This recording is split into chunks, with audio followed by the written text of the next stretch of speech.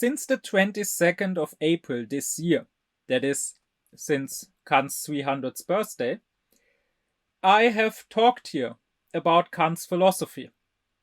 And right on time for Christmas, I finished up a big chapter of these lectures. That is, I finished talking about what Kant deals with in his Critique of Pure Reason. I finished talking about what Kant says about the critique in regards to the faculty of cognition. I finished talking about what Kant says about theoretical philosophy. And now I will allow myself to take a little Christmas break. So the next 2 weeks, there won't be any new videos coming. But I'm not yet finished, not by any means, with talking about Kant. I would guess that maybe I've done about a quarter of the lectures that I will do, because there are many other topics left when it comes to Kant's philosophy. There's his aesthetics, what he says about the beautiful and the sublime. There's his moral philosophy, his philosophy of religion, his thoughts on natural science, his anthropology. So on January the 11th, I will resume my Kant lectures, and I will keep talking about Kant the whole next year, and I would assume way into the year after. So there's still lots to come. Also, I have some other things planned. There will be probably some shorter lectures on Kant that give more of an overview. And when I find the time for it, I also want to discuss and analyze in an Aufklärung manner some of the comments I got. So stay tuned for that. There is more stuff to come. The growth on this channel is slow, of course. Since starting, I have now almost reached 100 subscribers. But that is fine. That is probably still more than I assumed I would find in this time. Because I'm aware that what I'm doing here is not for everyone. I am not just giving short 5-minute videos that give a very broad overview of Kant. Such videos already exist on other channels. But rather the thoroughness and the depth which are important to me. I'm aware that they are not important for everyone. But I'm very happy and very grateful towards you few people and towards the slowly growing number of people who are interested in this and who also suffer through my terrible English. There's much more that I have planned and that I'm doing. Unfortunately, I can't do all of it in English. Like next year, my first book, which is also on Kant's philosophy of religion, is coming out, and there are more books that are planned. But for now, that is just in German, so I won't talk about that in length here. If you happen to understand German, you can come to my German channel, you can come to my German website.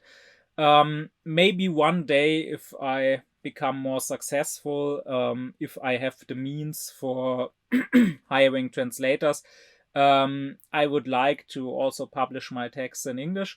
But for now, when it comes to English, you will have to do with my lectures. When it comes to these lectures, I'm not sure yet how many people, because of course, out of those people who have subscribed to me or who watch these lectures, only a very small number actually leaves comments. And even from the comments, you can't always tell. So I'm not sure yet how many people yet understand what I'm doing here. Which is fine. It will take time, probably beyond my lifetime for that to become clear. It is not an everyday occurrence that a philosopher appears and speaks to the public. I mean, the last philosopher has lived a century and a quarter century ago.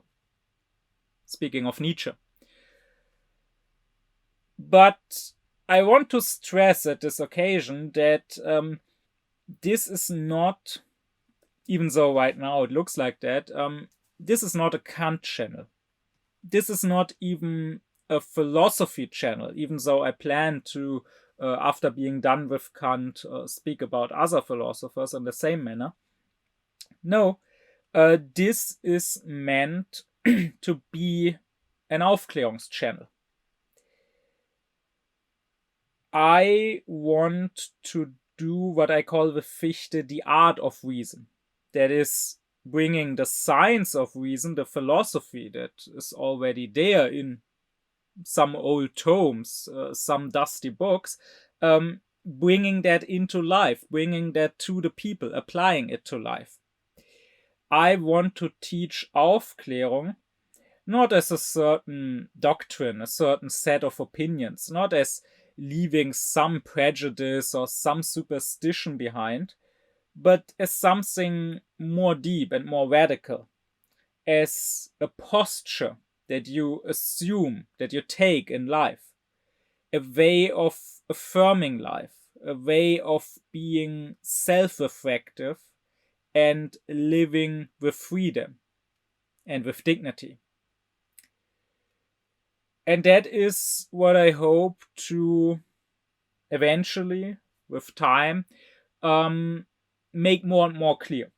For now, through these Kant lectures of mine, but in the future also through other lectures on other philosophers, but also lectures not on specific philosophers that will also come at some point. Well, now I want to close off by saying thank you to those people who have already come across these lectures and listened to them, and who have subscribed to me. Of course, a special thank you to those people who support me in what I'm doing. But most of all, thank you to the people who don't just want to learn facts about a long dead philosopher, facts that they can save up in their head, but rather who want to really learn from it, who really aufklär themselves, who really transform and cultivate themselves, who really take something away from it. For that, I'm very grateful. And I want to wish everyone a Merry Christmas and wonderful holidays and Happy New Year. And I want to close this off with a poem. And please excuse me, for the poem might in fact not be very Christmassy.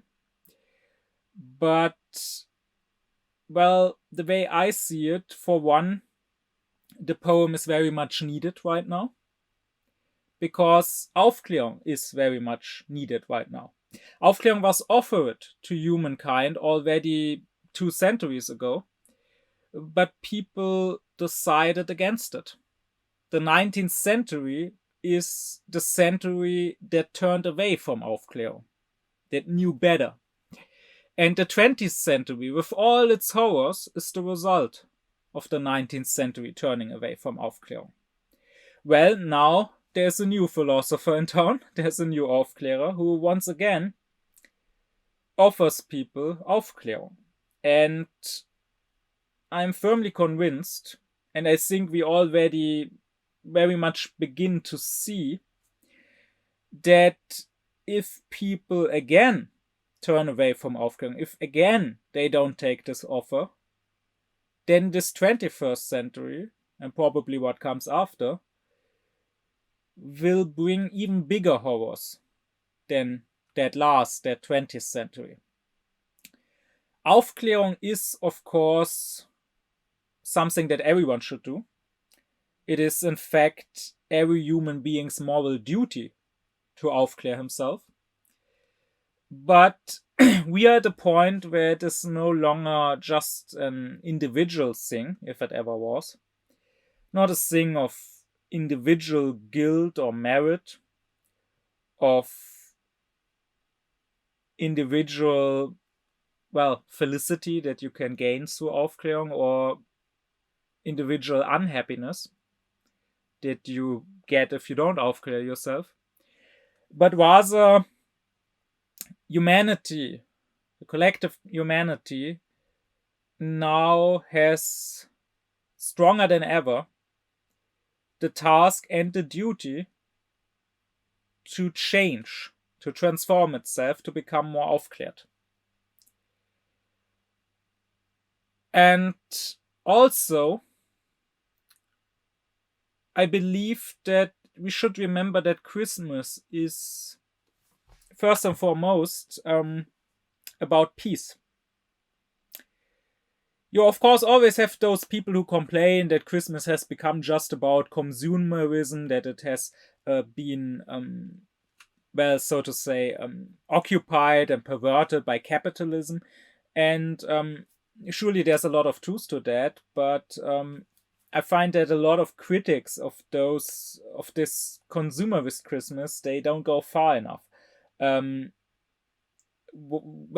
reject the consumerism, but what they want instead is often just sitting together by candlelight with your family, which, to be sure, is nice. I'm not saying you mustn't do that, but we should again remember that ultimately Christmas is a holiday of peace. And when, if not now, should we remember that peace is something we must work for? Everyone, however he can, in big or in small ways, ought to do his part to bring about peace in this world. And hence, my poem, with which I want to close this off. My poem, which is titled In the Days of Our Fathers. If we had been in the days of our fathers, we would not have been partakers with them in the blood of the prophets. So they spoke as they drove the nails through Jesus' hands. If we had been in the days of our fathers, we would not have been partakers with them in the blood of Christ. So they spoke as they set flames to Bruno's field. If we had been in the days of our fathers, we would not have been partakers with them in the blood of Socrates. So they spoke as they locked the door of Reich's prison. If we had been in the days of our fathers, we would not have been partakers with them in the blood of the slaves. So they speak as they buy frippery made in China. If we had been in the days of our fathers, we would not have been partakers with them in the blood of the Jews. So they speak as they make up excuses for a new genocide. If we had been in the days of our fathers, we would not have been partakers with them in the blood of the earth. So will their children once speak. Answer to them, if you had been in the days of your fathers, you would have done what you are doing today.